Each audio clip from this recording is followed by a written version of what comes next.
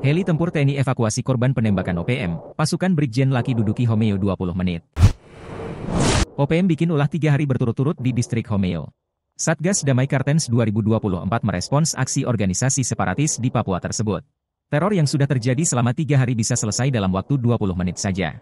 Kepala Operasi Damai Kartens Komisaris Besar Faisal Ramadhani mengatakan, penyisiran dilakukan oleh aparat gabungan TNI Polri pada Jumat, 3 Mei 2024.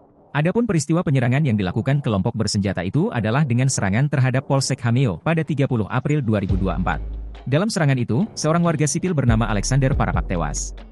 OPM juga membakar bangunan sekolah SD Impres Pogapa pada 1 Mei 2024. Ia menambahkan, tak hanya itu, kelompok bersenjata ini juga berupaya melakukan penyerangan terhadap Koramil 1705-05 Homeo pada 2 Mei 2024. Sementara itu, Letjen Richard Tampu Bolon selaku Pangkogab Wilhan III mengatakan ia sudah mengutus Brigjen TNI Laki Avianto mengevakuasi jasad Alexander.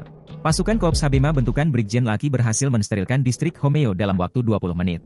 Bahkan, jasad Alexander juga bisa dievakuasi tanpa ada anggota TNI yang tertembak.